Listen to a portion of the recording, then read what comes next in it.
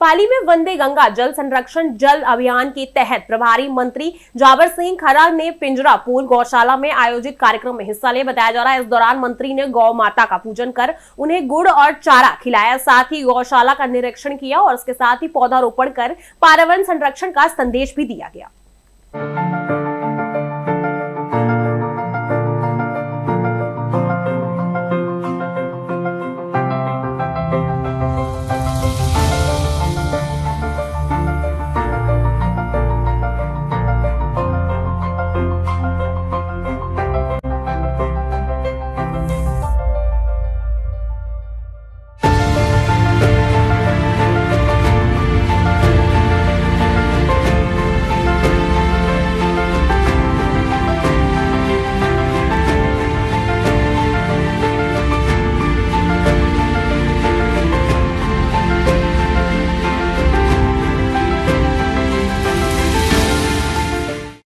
वृक्षारोपण का अभियान लगातार चला है। एक दिन बैठे बैठे पिछले 65 साल में वृक्षारोपण पर कितना खर्चा हुआ और जितने पौधारोपण के आंकड़े थे, बैठे बैठे उनका जोर लगाकर हमारे भारत भूमि का जितना क्षेत्रफल है, उस क्षेत्रफल में एक वर्ष के लिए कितने क्षेत्रफल भूमि की आवश्यकता होती है वो निकाल कर बाहर किया। तो परिणाम यह आया कि हम पिछले 65 साल में इतने वर्ष लगा सके कि एक पेड़ के ऊपर 5 पेड़ हो लगे हुए। स्थिति क्या हुआ हमारे सामने? पिछले 2 साल में जब से माननीय मुख्यमंत्री जी के नेतृत्व में हरियाणा राजस्थान का अभियान चला है और आदरणीय प्रधानमंत्री जी ने इसमें जोर दिया है, विशेष रूप से मैं पाली जिले के सभी निवासियों का धन्यवाद ज्ञापित करना चाहूंगा कि पिछले 2 साल में पाली जिले में जितना भी वृक्षारोपण हुआ उसमें जीवित रहने वाले पौधों का प्रतिशत 70% से ऊपर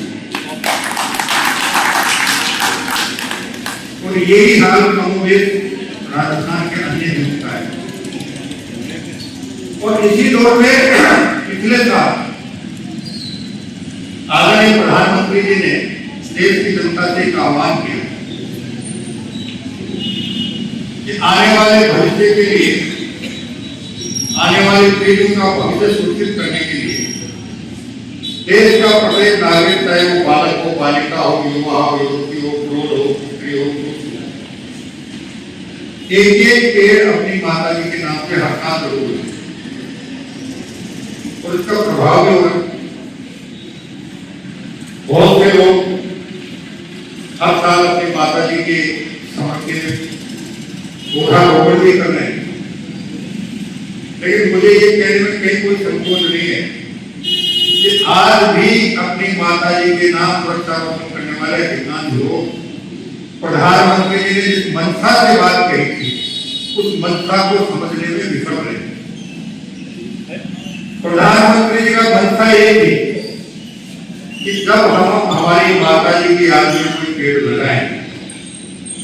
तो पेड़ को लगाते समय हमारे मन में सबसे पहले ये ख्याल आना चाहिए कि जब हम अबोध शिशु के पेड़ केवल रेंगना भी नहीं जानते,